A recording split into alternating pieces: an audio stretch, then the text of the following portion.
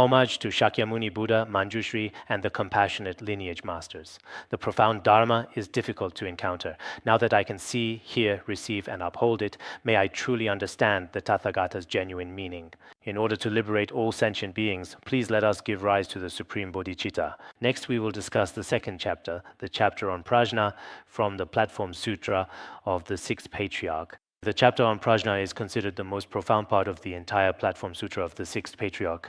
It directly and clearly expounds upon the profound teachings of the ultimate wisdom of Prajna Paramita, a central concept in Buddhist philosophy. Therefore, as everyone carefully listens and attentively receives these profound and valuable teachings, so what exactly is the perspective of Chinese Buddhism on Prajna, this profound wisdom?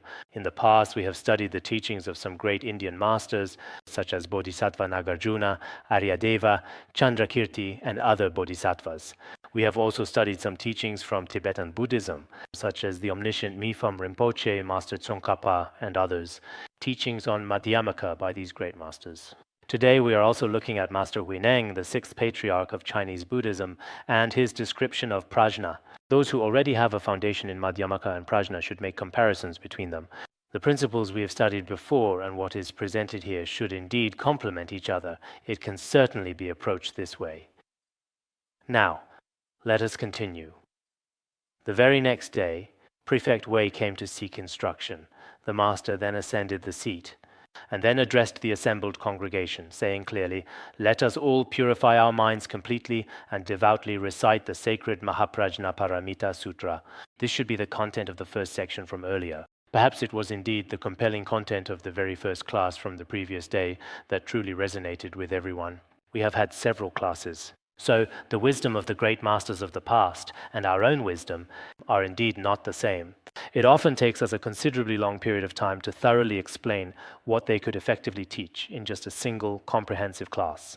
On the second day of their gathering, Prefect Wei, with profound sincerity and earnestness, once again humbly and respectfully requested a comprehensive and insightful Dharma teaching, seeking spiritual guidance and profound wisdom from the esteemed master. At his persistent urging, the authentic and true Dharma wheel, embodying the profound Prajna teachings, was set in motion and turned once more for the benefit of everyone present. After the sixth patriarch had ascended to the Dharma seat, he then addressed everyone present, speaking to them all. Responding to his request, he once again imparted the Buddha's teachings to all.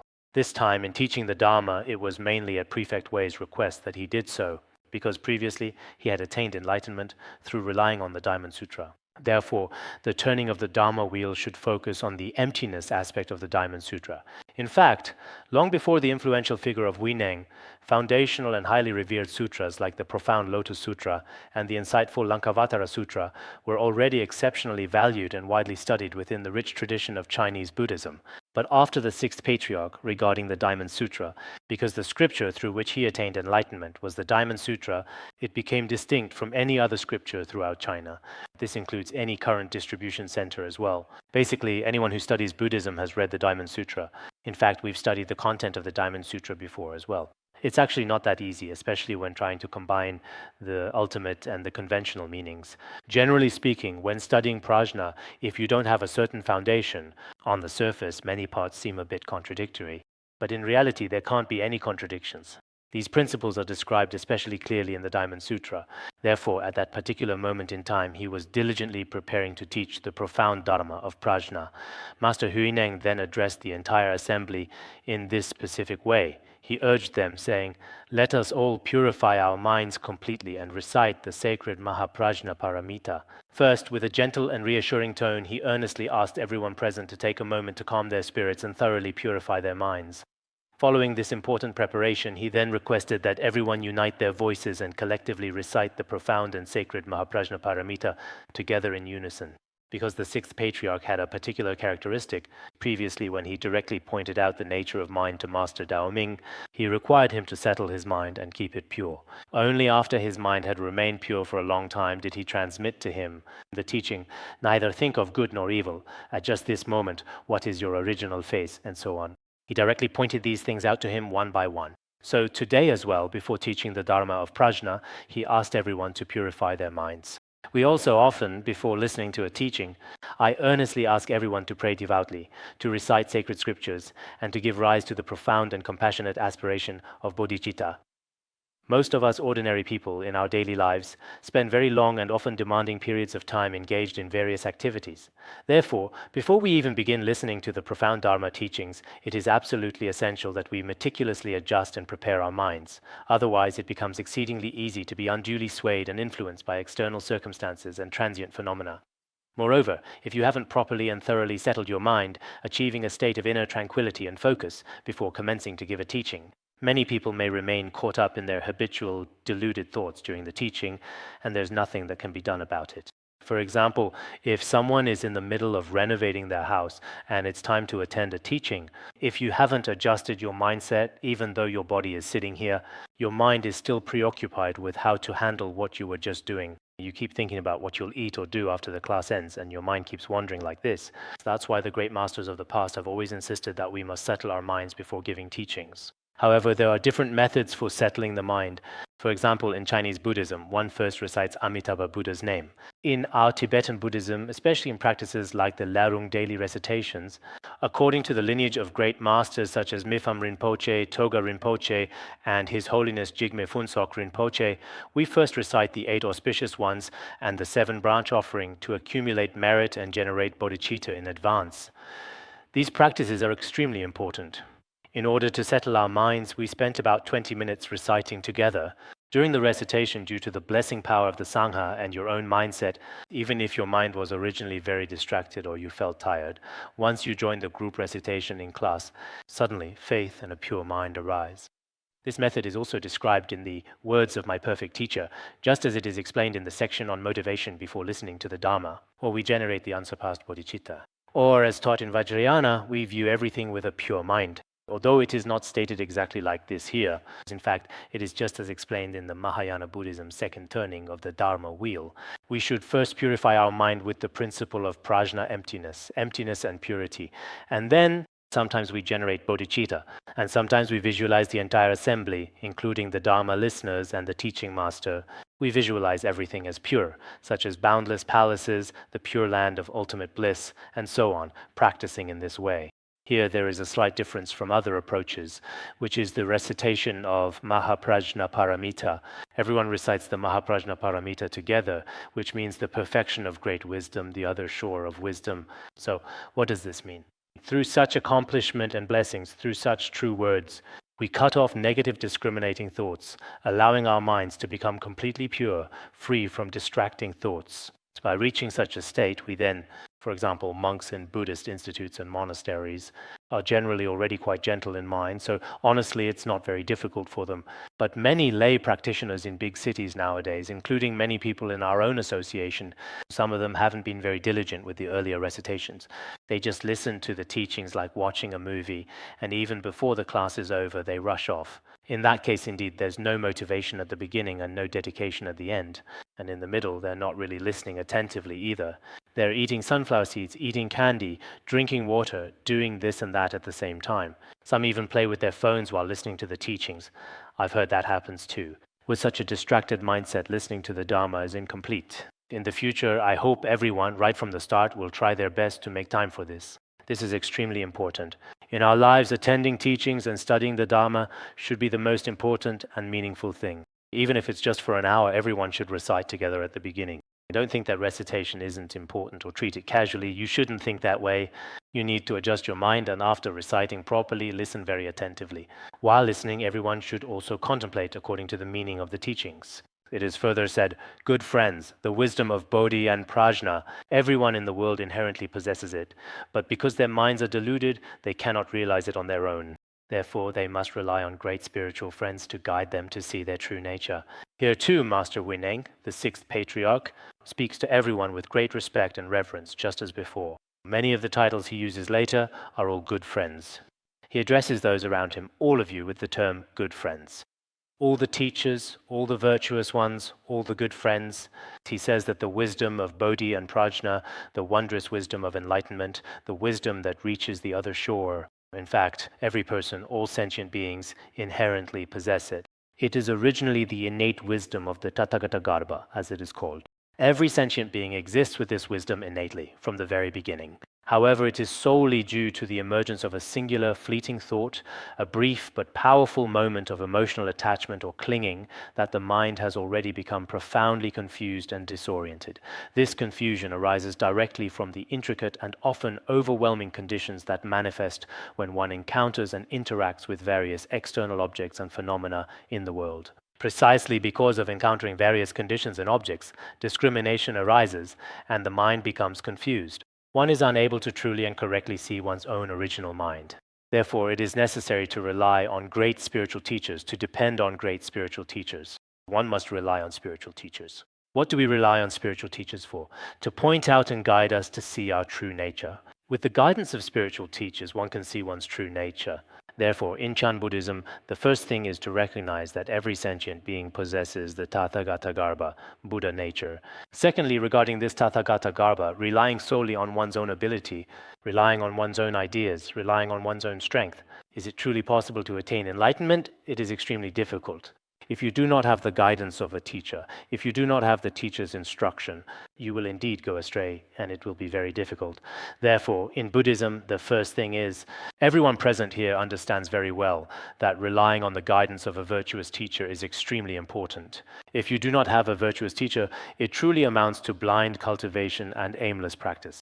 As we seem to have mentioned before in the Song of Leisure from Feixian, it is said, cultivation is easy, but meeting a true teacher is hard. Without encountering an enlightened teacher, all is in vain. Cultivation itself is quite easy, but finding an enlightened teacher is very difficult. If you have not met an enlightened teacher, your practice will be ineffective no matter what you do. Acting clever on your own is a waste of effort. Blind and aimless practice is also futile. If you do not receive the teachings of a true master and instead rely on your own cleverness, in the end you will gain no real benefit at all. This is absolutely unreasonable. What is the result of such blind and aimless practice? It is nothing but fruitless effort without any real meaning. Therefore, in Chan Buddhism as well, one relies on great virtuous ones and the teachings of wise mentors. Without the guidance of a wise teacher, it is indeed extremely difficult. I often think that whether it's logic, Chan Buddhism, or the precepts in this world, any kind of profound knowledge still absolutely requires the invaluable guidance of an experienced and truly realized spiritual teacher. With such profound and insightful guidance from a wise and compassionate teacher, no matter what, at whatever level you are, you will definitely gain some insight. Of course, even after gaining insight, you should not easily leave your teacher. Otherwise, sometimes things may not necessarily go as expected. You may have already attained understanding and realization, but later you could still be disturbed by external circumstances. It should have been during the Tang dynasty that there was a Chan master named Hui Hai. It seems that he became a monk at a young age, dedicating his early life to spiritual practice within a monastery. Later, he traveled extensively to various places, seeking out and absorbing diverse teachings from different masters.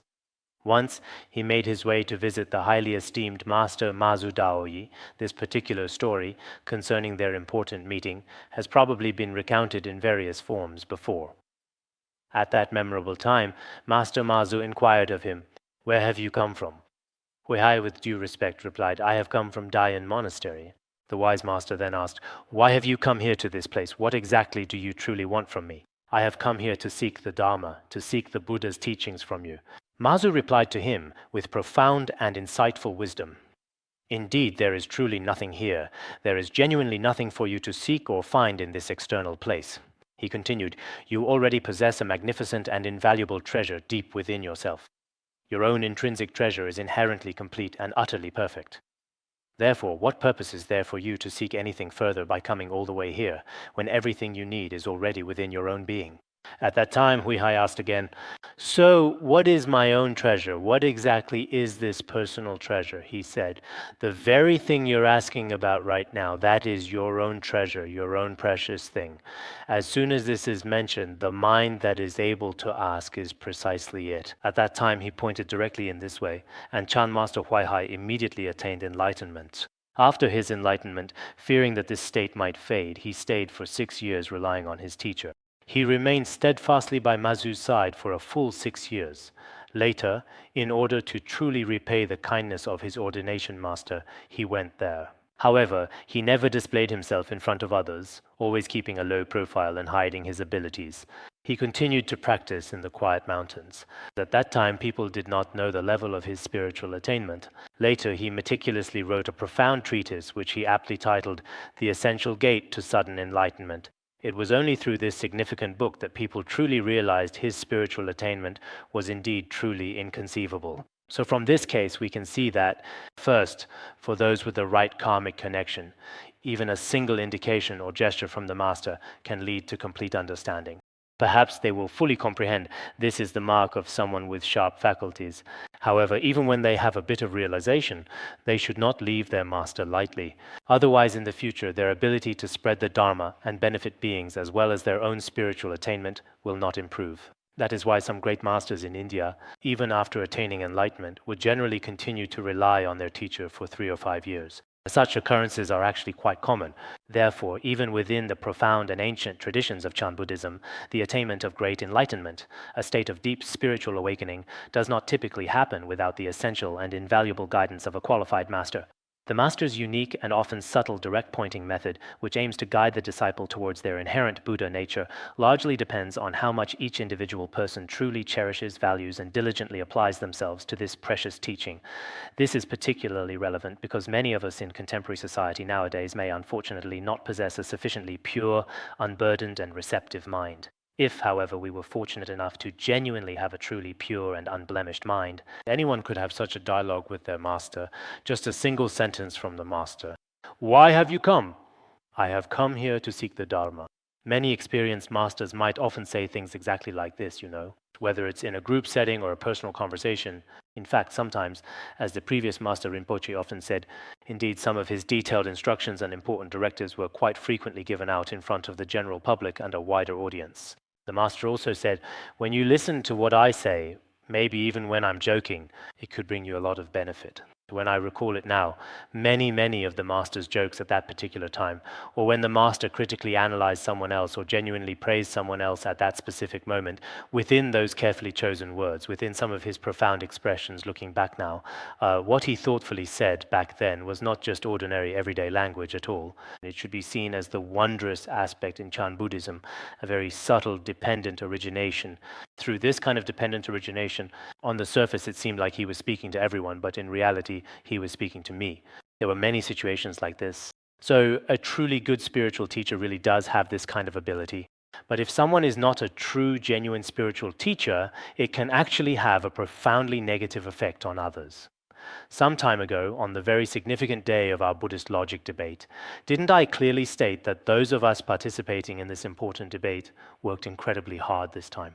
I said that everyone should receive a prayer wheel of the Great Freedom Prayer. I heard that later some Dharma friends were particularly dissatisfied with me. They were very angry and said they were about to leave, and at the time they spoke about me on the phone. They said, "You are being very unfair. Why are you giving it to them?" I replied, "If you have the ability, you can participate, write papers, do all of that too." They said it was so unfair and that they wanted to leave. So even between people like me and people like him, there are such situations. Don't say this is a good thing. On the contrary, later, I thought to myself that I really should be fair. Maybe I had already said this 2 months ago, that anyone who has the ability to participate, write papers, or debate is great. At the time, although I didn't mention giving out prayer wheels, it was also a sudden opportunity that arose that day for everyone. So sometimes there are also some positive things. For example, the guru is a source of wisdom and the disciples are people with great faith. There is a kind of language to it. The Dharma teacher is also an ordinary person, and if the so-called listeners have a different mindset, sometimes, on the contrary, a single word arising from circumstances can become the reason for leaving the place of study. This kind of phenomenon also exists. Opinions differ, and all sorts of situations are inevitable. In the world, you could say everything is governed by dependent origination, and that's just how it is. Originally, it's just a bowl of water, but every sentient being sees it differently. So I think this is also a matter of causes and conditions. No matter what, everyone needs to understand this here. A good spiritual teacher is extremely important in the process of cultivation. Without their guidance, no matter how smart we are, even if we read books on our own, honestly, it probably won't work. For any key point in Buddhist practice, if there is no guidance from a teacher, I always think if we didn't have the instructions of the previous masters, no matter how smart we are, even if you go through countless scriptures yourself, but in the end, it's probably extremely difficult to truly gain any real insight on your own. Next, let's continue with the following discussion. You should know that between the foolish and the wise, their Buddha nature is originally no different. It is only because of differences in delusion and awakening that there are the foolish and the wise. Now I will teach you the Dharma of Mahaprajna Paramita so that each of you may attain wisdom. Listen attentively and sincerely, for I will explain it to you. This section means that you should understand that in our world there are people with wisdom and people without wisdom. On the surface, it seems that some people are wise while others are not. Some appear to be very successful in every aspect, while others are not successful at all. Although these people seem this way in appearance, in reality, their Buddha nature, in the original face of the Tathagata Garbha, is not in the slightest bit different in any way, shape, or form at all from what you might expect. It's just that right now, in appearances, we see some foolish people are especially confused, while some wise people appear to be very wise in their manifestation. That's the only difference.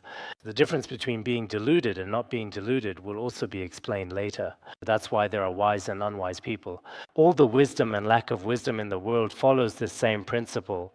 At that time, he spoke according to the Buddha's scriptures, saying, "Today I will teach you the great Prajna Paramita, that is, the extremely profound Dharma gate of the great wisdom to the other shore. I will now immediately teach it to you. Each of you, according to your own wisdom, must listen with great concentration, focus, and single-minded attention.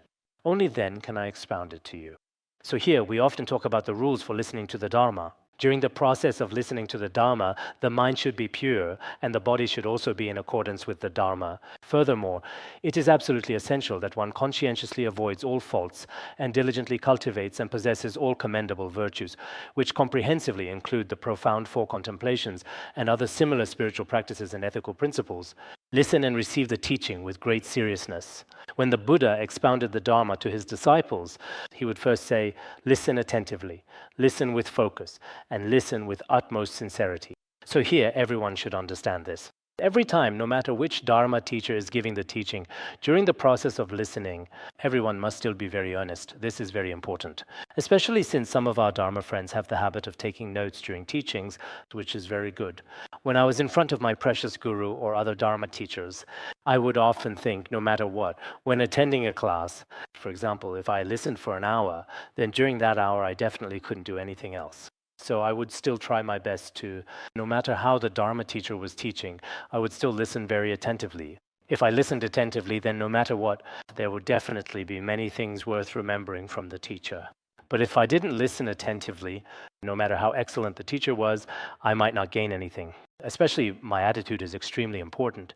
If when listening to the Dharma, we have an arrogant mind or a jealous mind, or we can't accept what we hear, then with such an attitude, even those who listened to the Buddha in person later developed wrong views and did not gain any benefit, let alone when it comes to any other teacher or guru in the world. Therefore, the essential qualifications for properly listening to the sacred Dharma are made very clear and explicit here. Good friends, people in the world recite prajna all day long, but do not recognize their own intrinsic prajna. It's like talking about food without ever being full, just speaking of emptiness with the mouth, and for countless eons, never truly seeing one's own inherent true nature, ultimately gaining absolutely no real benefit whatsoever. I just said, if I fell asleep, please wake me up.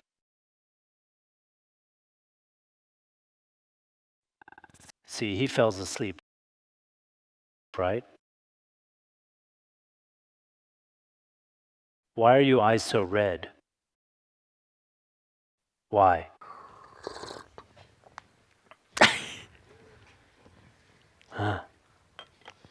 He's not asleep, he's in meditation. Prajna Paramita.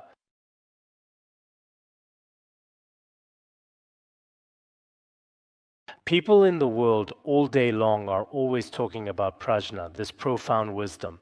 We also often talk about emptiness, wisdom, and so on.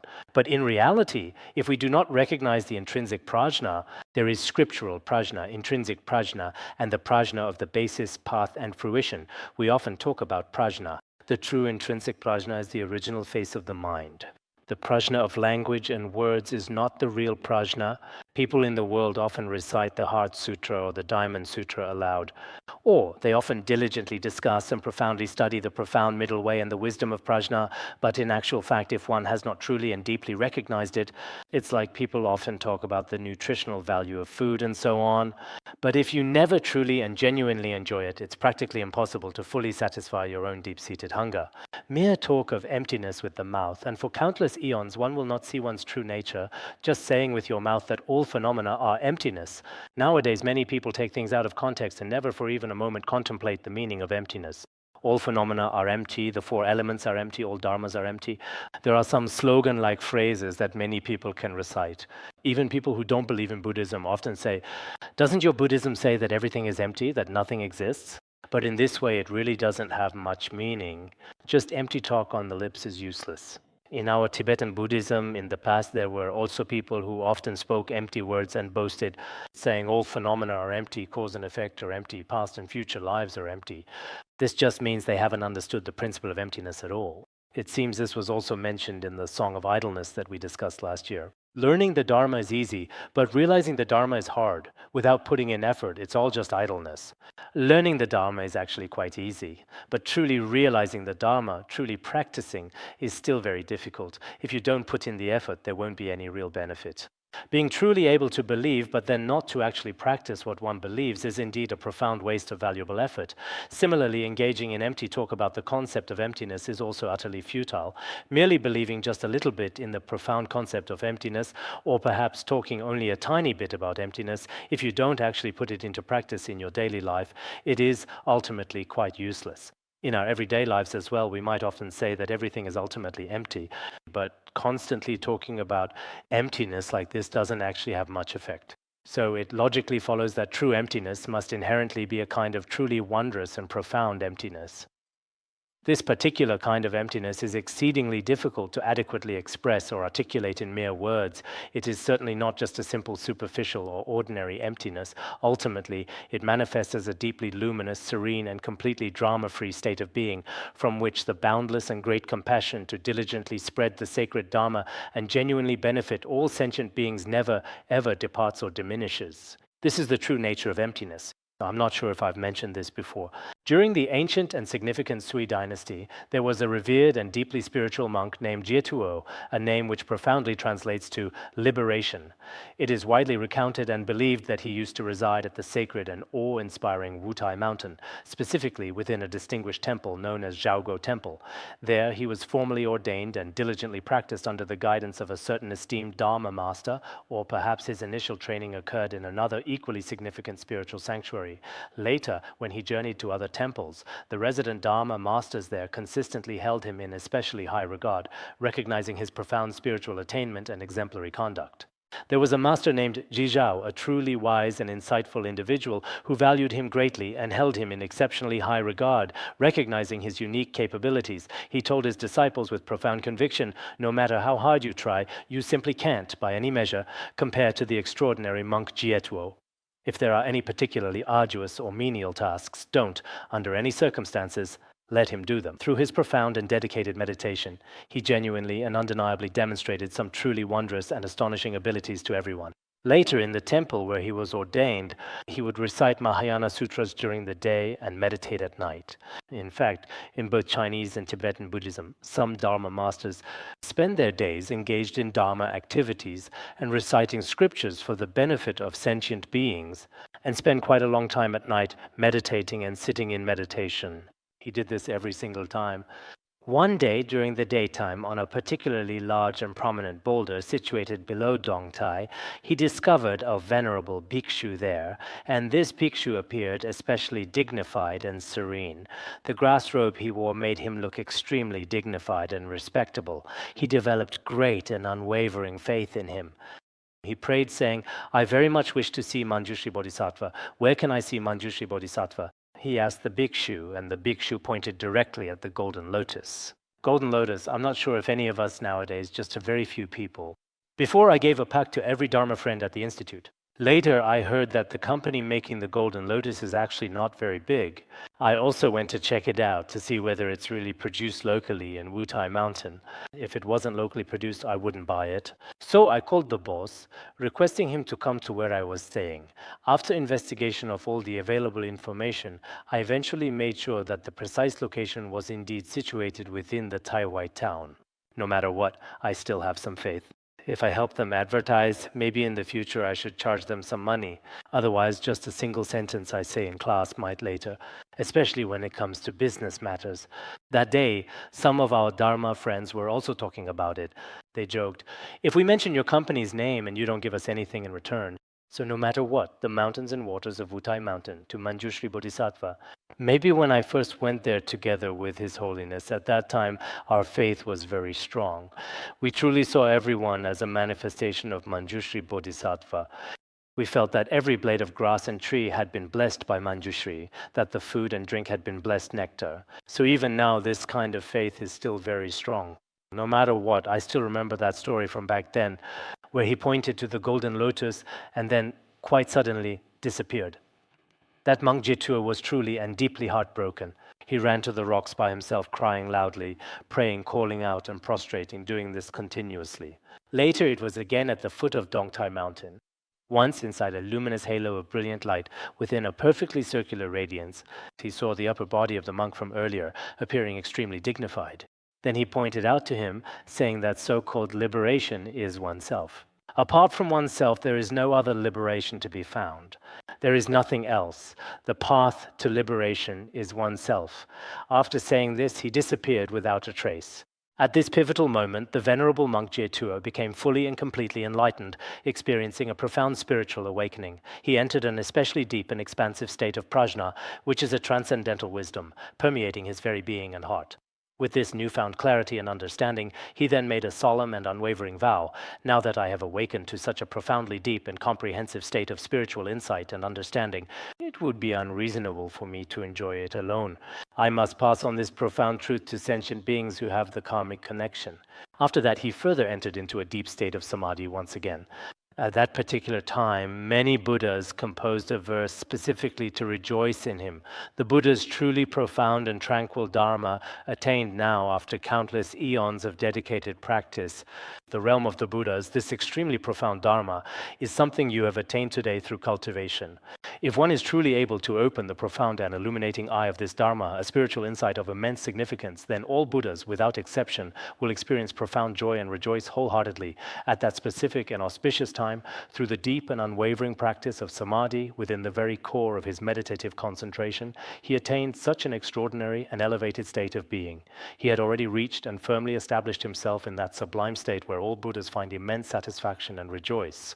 At that particular moment in time, he thoughtfully considered within himself, pondering that, although such a profoundly deep and inexpressible spiritual state is indeed beyond words, if he were to skillfully employ various effective means to clearly explain and precisely point it out to all sentient beings. What kind of approach and instructions are needed? He then further inquired about this. At this moment, the Buddhas immediately said to him, "Skillful wisdom is the lamp that illuminates the realm of the mind." Skillful means and wisdom are like a lamp, illuminating our mind and our own state. If you truly wish to profoundly understand the fundamental nature of Dharma, it is essential to recognize that absolutely nothing at all can truly be perceived or seen. If you genuinely and sincerely want to fully grasp this profound principle and earnestly desire to investigate the true, inherent nature of Dharma itself, then you must delve deeply into its essence. Everything is ultimately unseeable. That is to say, in the true nature of Dharma, the state of prajna is ultimately unattainable. Afterwards, he had already become an exceptionally remarkable master. I often read the biographies of great masters, which are still very helpful to us. Nowadays, some practitioners, whether lay people or monastics, many people, unfortunately, scatter their precious attention on numerous things that are utterly meaningless and truly unproductive. Just the day before yesterday, I personally went to respectfully see the esteemed Khenpo Deba. At that time, we had a whole afternoon and plenty of time, so he just casually talked about some things. As I listened to what he said, I observed that what ordinary people in the world usually talk about is probably just eating and drinking. Nowadays, it's all about movies, TV, and then some money, this and that. But everything that these great masters of the previous generation talk about is either about spiritual practice or about the great masters of the past. At that time, he told me about his root guru, Khenpo Padma. When Khenpo Padma first started out, there was a previous incarnation of the late king of Dharma, Benor Rinpoche, who just passed away last year. In his previous life, he once gave Khenpo Padma something like a prophecy and said to him, at that time he was 19 years old, he said, "I heard that at our Bayu monastery, the monastery wants to make you the person in charge. Wouldn't it be better for you to go somewhere else to study? But don't say that I told you this, otherwise I'll have to deal with these people. You should definitely go to the revered Kathok monastery yourself. Kathok's esteemed Sitrul Rinpoche is a very good friend of mine, and I will certainly write him a personal letter." Then he wrote a letter. When he eventually arrived at Kathok, the enrollment process there was basically already finalized and complete. But because of the letter, he was able to enter their Buddhist institute. He studied there for 5 years. At that time, there was someone called Khenpo Niden. Khenpo Niden was especially delighted to see that he had come from Bayu. Although he might have been a little older than him, he was a tutor. He said, "There's someone from my hometown here. How wonderful." After that, they often practiced asceticism together, debated together, and cultivated together. After relying on him for 5 years, Khenpo Niden said, "I am now going to Sershul." He had heard that Khenpo Genwa Rinpoche, a direct disciple of Mifam Rinpoche, was there, so he wanted to go seek teachings and asked if he was willing to go as well. He said he was also willing to go, so the two of them set out together. They went to Khenpo Genwa's monastery, and he relied on him for 7 years. Later, he truly attained a very high level of realization in some aspects of Dzogchen. Afterwards, it seems he went to the calm region. He came to our monastery and approached Khenpo Dewa and the others. At the very beginning, there were 11 of them. Khenpo Dewa talked about many things, and whenever he spoke, it was always biographies of the great masters of the past, with many fascinating experiences.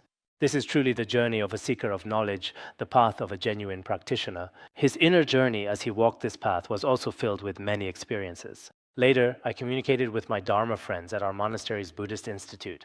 Nowadays, many of us, our daily thoughts, perhaps are not as fully immersed in the Dharma as the great masters of the past were, because now we see and hear so much. There are so many things going on. We don't really focus our minds on genuine study and contemplation. There is indeed a huge difference. Just now, I mentioned someone called the Monk of Liberation. It was through the blessings of Manjushri Bodhisattva that he later realized the nature of mind. Whether it was the great masters of the past or anyone else, no matter what your status is, only after realizing the nature of mind can you truly propagate the Dharma and benefit sentient beings. Vast activities of spreading the Dharma and benefiting beings will naturally be accomplished, and one's own practice will also become very easy. Before realizing the nature of mind, there are indeed certain obstacles. When we encounter even small issues, our minds are often disturbed. This kind of situation exists, and I will explain further below. Good friends, Mahaprajnaparamita is a Sanskrit term. It means great wisdom reaching the other shore. This must be practiced with the mind, not just recited with the mouth. If you recite it with your mouth but do not practice it with your mind, it is like an illusion, like a mirage, like dew or lightning. If you recite it with your mouth and practice it with your mind, then your mind and speech are in harmony. Your true nature is Buddha. Apart from your nature, there is no other Buddha. The Sixth Patriarch continues, good friends, Mahaprajnaparamita is a Sanskrit term from India. It is also the language of the god Sarasvati and is very blessed and powerful. Therefore, in the past, great masters had certain languages and mantras that could not be translated and indeed were not translated at all. If translated into the Chinese language, the term Maha truly means great, a significant and profound concept. And Prajnaparamita means wisdom reaching the other shore. Prajna means wisdom, and reaching the other shore is paramita. This must be practiced by combining both mind and action. Not just reciting with the mouth means not just saying it verbally. If you only say Prajnaparamita with your mouth, reciting it every day only with your mouth, but your mind never contemplates it, and you don't actually practice it, then it is unstable, like an illusion, a dream, like lightning or dew.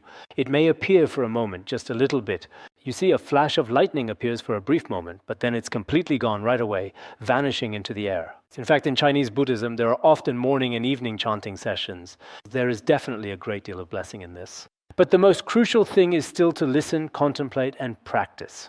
In our Tibetan Buddhism, sometimes there are also scripture chanting monks. who often recite many, many sutras in front of both the dead and the living. Of course, reciting sutras has merit. This is something we cannot deny. But the greatest merit comes from combining the recitation of the sutras with the meaning of the teachings. If you recite with your mouth and also visualize with your mind, this is called aligning your mind and actions. Reciting with the mouth and acting with the mind, when the mind and speech are in harmony. If the mind and speech are in perfect harmony, then our true inherent nature is indeed Buddha. We can fully and completely understand that our true fundamental nature is Buddha, and it will never ever be separated from us. So recently, through teaching some Vajrayana and Chandharma, I've heard that some Dharma friends have truly understood the principle of original purity. I also believe that many people are practicing very diligently. They should be able to understand. The principle is very simple. It depends on whether we can actually practice it in the future. From my own experience, I understood the principle very early on. You could say that after relying on a teacher for only a short time and receiving teachings on Vajrayana, there really isn't anything beyond this principle. That's truly the case. But later, during the process of practice, it indeed requires enough practice. I myself didn't put in enough effort. So I'm a bit lacking in this regard. I think when I talk about this, everyone should be aware of it as well. If we have never received a formal Buddhist education, we might recite many scriptures but not understand their meaning. If we don't understand the meaning, then we're only planting good roots, that's all. The truly extraordinary and inconceivable principles of Buddhism are just mere words for us. Some people now can actually recite them completely by mouth, and they do so with great ease. Oh, the power's out again, isn't it? Like dew, like lightning.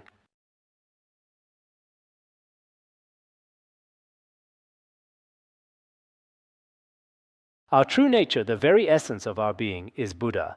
Indeed, apart from this inherent nature, there is no other distinct Buddha. This means that Buddha and our nature are completely one and the same, inextricably linked and inseparable. Some of us, even though we are inherently Buddhas, do not fully understand this fundamental principle. This is also probably because we haven't diligently practiced or engaged in the necessary spiritual work.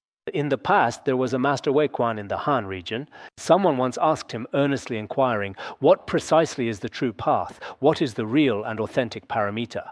He responded, stating, the true paramita is right here, immediately in front of your very eyes. And then a disciple asked, if it's right in front of me, why can't I see it? He replied, because you are attached to the self. On the surface, these words seem very simple, but in reality, that's exactly how it is. Everyone possesses the true nature of mind, and the true nature of all phenomena is also luminous, free from elaboration, and unconditioned. Yet we cannot see it. Why is it that these great masters, with such simple words, take, for example, the monk Chetuo just now, or any other great master? It's very easy. Why is that? Because in that moment, they have a skillful way to dispel attachment to the self. At such times, they can see it instantly right away. Therefore, we should still pray to the Guru, pray to the Buddhas and Bodhisattvas. At the same time, in our own practice, I myself don't have much experience, so saying this might be like the blind leading the blind.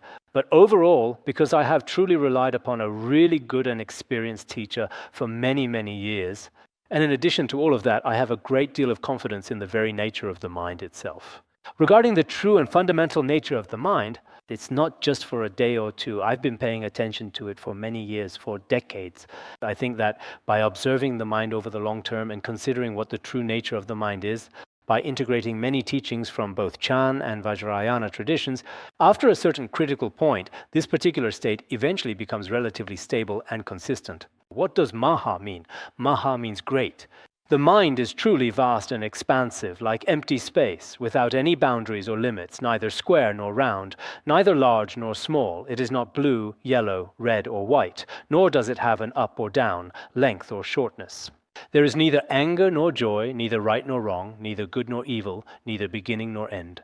All the Buddha lands are just like empty space. The true nature of all beings is truly indeed originally completely empty. There is not single dharma can be attained. The true nature is empty like this. Earlier we talked about Mahaprajna Paramita. So what does Maha mean? Maha simply means great, Mahayana. In Tibetan we say Maha, Mahayoga, Anuyoga, Ati Yoga. Maha means great. But what does great mean? It doesn't mean your ears are big, your head is big, or your nose is big. It means having a vast mind. In Buddhism, true greatness is the vastness of the mind. This is also very important among worldly people. If your mind isn't broad, life becomes very exhausting. No matter when or where, People with a broad mind find it much easier to handle whatever comes their way. If your mind isn't broad, you'll often find yourself troubled by numerous worries every single day. This particular kind of mind, much like the vast and expansive sky above us, is truly boundless and utterly without any discernible limits. It genuinely doesn't possess any specific square or distinctly round shapes, nor does it have any measurable size or dimension at all whatsoever. In terms of form, it has none of these. In terms of its actual color, it is definitely not blue, nor is it yellow, red, or even white, but rather something entirely different. It also has no up or down, no length or shortness. In terms of attitude, there is neither anger nor joy. There is also no right or wrong, good or evil, beginning or end, and so on. All these pure lands are just like empty space. This is the innate emptiness of all sentient beings. This emptiness is such that not a single thing can be found when you truly search for it. Just as it is explained in the root stanzas of the Middle Way, all phenomena encompassed by samsara and nirvana are ultimately ungraspable. From the perspective of emptiness, it is just as some of the teachings of the omniscient stainless Longchenpa describe. It can be said that they are no different from turtle hair or rabbit horns. There is no difference from the son of a barren woman. Therefore, the true nature is empty, and it is just so. This includes the Tathagata Garbha and the true emptiness of the nature of all phenomena. They are inseparable. If there is no real or no real phenomena, then nothing abides before the mind. At that time, there are no remaining appearances, and there is the supreme tranquility of being unconditioned. Bodhisattva Shantideva also spoke in this way. When one reaches the highest state, all notions of existence and non-existence no longer remain before the mind. All appearances have completely ceased. This is truly the most profoundly peaceful, the ultimate and supreme, and indeed the most exalted and magnificent Dharma. The so-called great here refers to the great emptiness. We often encounter the term maha. You seem so happy. When the women had no electricity, the men didn't laugh. When the men have no electricity, the women seem very happy.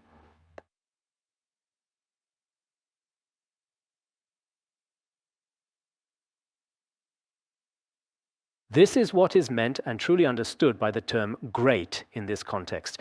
Good friends, you do not, upon hearing me speak about the concept of emptiness, subsequently become attached to the emptiness. First and foremost, do not become attached to emptiness. If you sit quietly with an empty mind, you are merely attached to a neutral emptiness. Here he continues saying, good friends, do not, upon hearing me speak of emptiness, become attached to emptiness. If you become attached to emptiness, first and foremost, do not become attached to emptiness. The first, or you could say the most important point, you should not become attached to a mere emptiness, simply clinging to the concept of emptiness itself. If you truly cling to emptiness in your mind and meditate in this way, this kind of attachment is just a neutral emptiness. This is currently the most important issue in Chan Buddhism. Everyone must pay close attention to this. When you practice meditation in the future, never become attached to the idea that there is nothing at all. The Sixth Patriarch's true intention was never about a mere emptiness. He makes this very clear here. When I speak to you about emptiness, you must not become attached to emptiness. If you sit in meditation while being attached to emptiness, this is not the true samadhi of realizing emptiness. It is a kind of neutral emptiness. This is very accurate.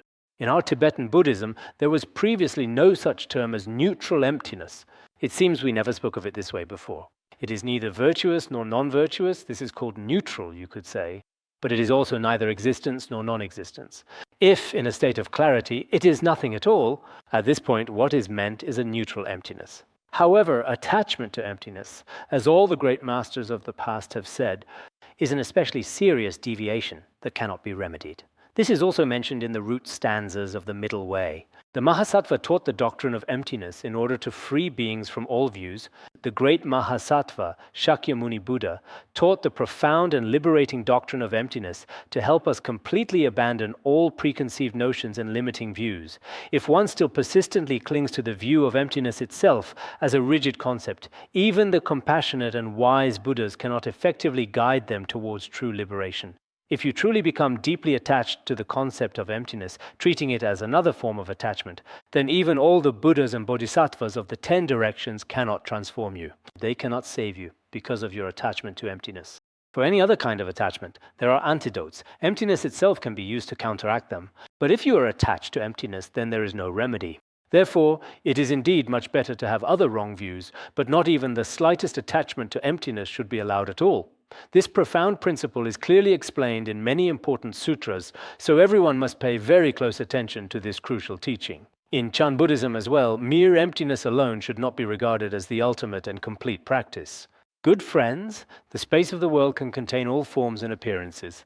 The sun, moon, stars, mountains, rivers, earth, springs, streams, grass and forests, evil people and good people, evil dharmas and good dharmas, heavens and hells, all the great oceans.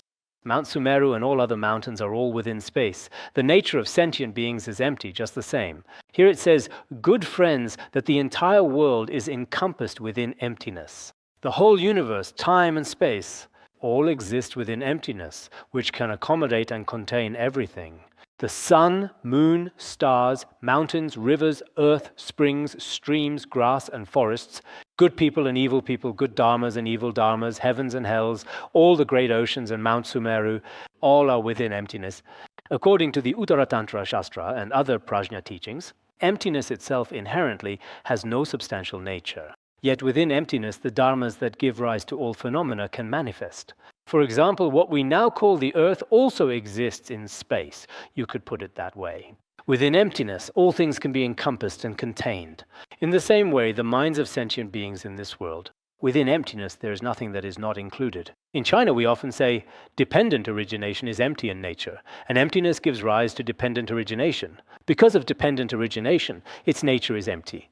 And because its nature is emptiness, it can manifest. It can manifest as dependent origination. It's also mentioned in the Avatamsaka Sutra, if one wishes to know the Buddha's realm, one must purify their mind to be like empty space. If you want to understand the Buddha's state, you must realize that everything is like empty space. Empty space is used as a metaphor for something vast and all-encompassing. In actual fact, all phenomena are thoroughly explained using the profound metaphor of empty space to truly help us understand the concept of emptiness. My good friends. The self-nature's inherent and remarkable ability to contain all phenomena is precisely what makes it so truly great and significant. All phenomena, without exception, exist completely and entirely within everyone's fundamental nature. If you see all the good and evil in people and neither grasp nor reject any of it, and are not attached or tainted by it, your mind is as vast as empty space. This is what is called great, hence the term Maha. The Sixth Patriarch repeatedly says, good friends, all phenomena can be encompassed within this greatness, this Maha, because all phenomena can be contained within the fundamentally empty nature of sentient beings. If we see all evil and all good, there is really nothing to accept or reject. Ultimately, in the highest view, good and evil, purity and defilement all disappear. The mind becomes like empty space. This is the meaning of great. This is the meaning of Maha. Earlier it was mentioned Maha Prajna Paramita. Why is Maha referred to as great? On one hand, in the expanse of emptiness, there is nothing to accept or reject regarding good and evil. In Vajrayana as well, we often speak of no acceptance, no rejection, no characteristics, no entry, and so on. When one truly reaches such a state, this is not only taught in Vajrayana, but also in Chan Buddhism. Good and evil are neither to be accepted nor rejected. The meaning in Chan Buddhism is very similar to that in Vajrayana. Nowadays, some people often say, how is it that you Vajrayana practitioners do this or that? In fact, the teaching of not accepting or rejecting good and evil exists in Vajrayana, and in the exoteric schools as well, it is taught that good and evil are not to be accepted or rejected. Of course, this is not a state that ordinary people can reach. For most of us, happiness and unhappiness cannot be one and the same. Yin and yang cannot be one. Black and white cannot be one and the same. But when one truly practices and reaches a certain level, on the ultimate nature of all phenomena, there is no acceptance or rejection. This can be logically established. A view like that presented in the Great Illusory Net is also acceptable. We can also use our current method of reasoning to infer this. Within the true nature, good and evil, acceptance and rejection, good and bad, big and small, all of them, long and short, head and tail, are one and the same. When you truly observe your own nature, in terms of emptiness, it is unified. In terms of purity, it is one and the same. When someone reaches this state, why can't we say there is no acceptance or rejection of good and evil? This principle of non-acceptance and non-rejection is not only a feature of the exoteric teachings, it is even more distinctive in the esoteric teachings. All right, we'll stop here for today.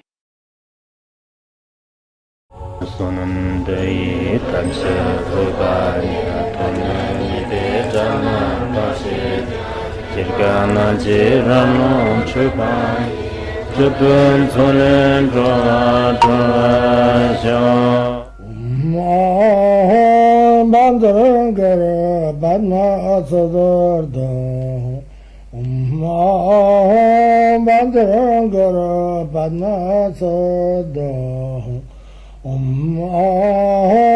Bandangara Badna Sodargye